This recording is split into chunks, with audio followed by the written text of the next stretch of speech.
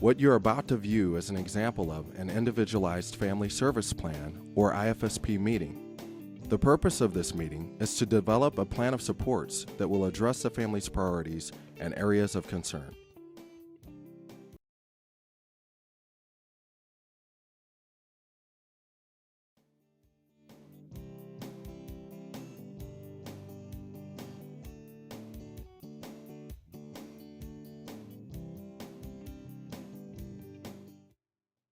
Okay, at this time in the IFSP, we're going to talk about child outcomes. There's 3 outcomes that are rated over the course of her time being here with early intervention. We do it when she enters the program, and we do it annually as well as when she exits the program. Okay. So why are we doing this, though? Okay. What's the purpose of this, and who are we comparing her to? There are 3 statewide child outcome measures that have been developed to represent the common child outcomes that all states track children who receive early intervention services. This is a federal initiative for states to measure and report on how effective their early intervention systems actually are.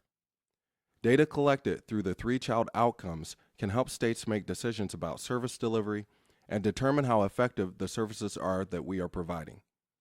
All states are using the same 3 child outcomes, and this will allow the programs to compare data and effectiveness on a national level. This can help states learn from each other when system changes are being considered. The 3 statewide child outcomes represent outcomes that any family would want for their child, regardless of ability or disability. The 3 outcomes measure the extent that early intervention impacts a child's positive social-emotional skills, a child's ability to acquire and use knowledge and skills, and a child's use of appropriate behaviors to meet their needs. Child outcomes are required to be completed when the child enters the system, at annual IFSP reviews, and when they exit the program. Entry data is collected at the initial IFSP meeting and are documented by the service coordinator. Child outcomes are reviewed and discussed individually after the levels of development are completed and prior to the development of family-centered functional outcomes.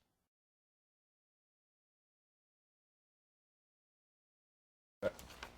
So why are we doing this, though? Okay. What's the purpose of this, and who are we comparing her to? It's compared on a national level to typically developing children, Okay. and we are going to see how EI impacts her from the time that she comes into the program until the time that she leaves. Okay. Does that make sense? Yeah, it helps. so, yeah. Yeah. It's just I was All these new okay, terms. yeah, well, exactly. I love what you guys are doing, but it's overwhelming. It is. You know, even like the strengths, it's like, wow, I never even thought that was like a strength. You know, it's just there's so much, and I wish we'd have just started this, sooner. Yeah. Yeah. Well, you're here now, and from my perspective, that's what counts, is that you're here now.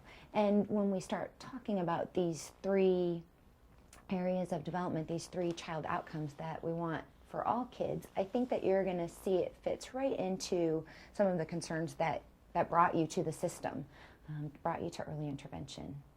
Okay. It's a great point, because after we talk about these outcomes, we're going to talk about what you want for family outcomes, which will lend themselves to what you want for Bree and for your family. Okay, so let's talk about the first outcome, which is the personal social. We just finished discussing how she's doing in that area and that she was a little shy and she's warming up a little bit, starting to be more outgoing. And we want to talk about how she interacts with other people and looking at the scale is from not yet all the way to completely. We're going to talk about where we think she falls on that scale. Okay. In order to compile what we all know about a child's behaviors and skills, the IFSP team needs an objective measure to rate how a child is doing as compared to his or her same-age peers on each of the 3 child outcome measures. A rating scale has been developed for the team members to use during IFSP meetings to assist in the discussion and decision-making process. For each child outcome measure, the team is going to discuss the extent to which the child demonstrates skills and behaviors expected for his or her age.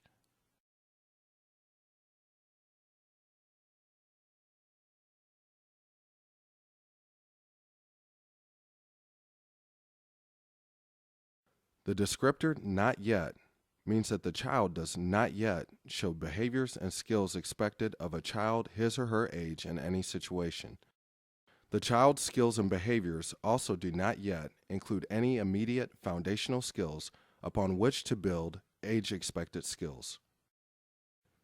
The descriptor emerging means that the child does not yet show behaviors and skills expected of a child of his or her age in any situation, but the child's behaviors and skills include immediate foundational skills upon which to build age-expected skills. The descriptor, somewhat, means that the child shows behaviors and skills expected for his or her age, some of the time, across situations.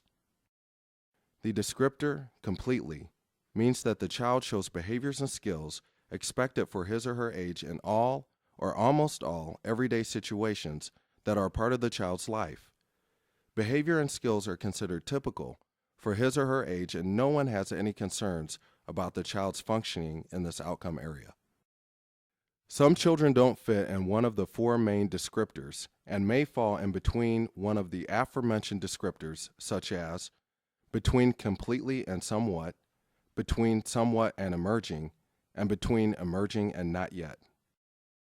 It is incredibly important for the family and the rest of the team to note that we are discussing the child and agreeing upon the descriptors that most accurately reflect this child across a variety of settings and situations.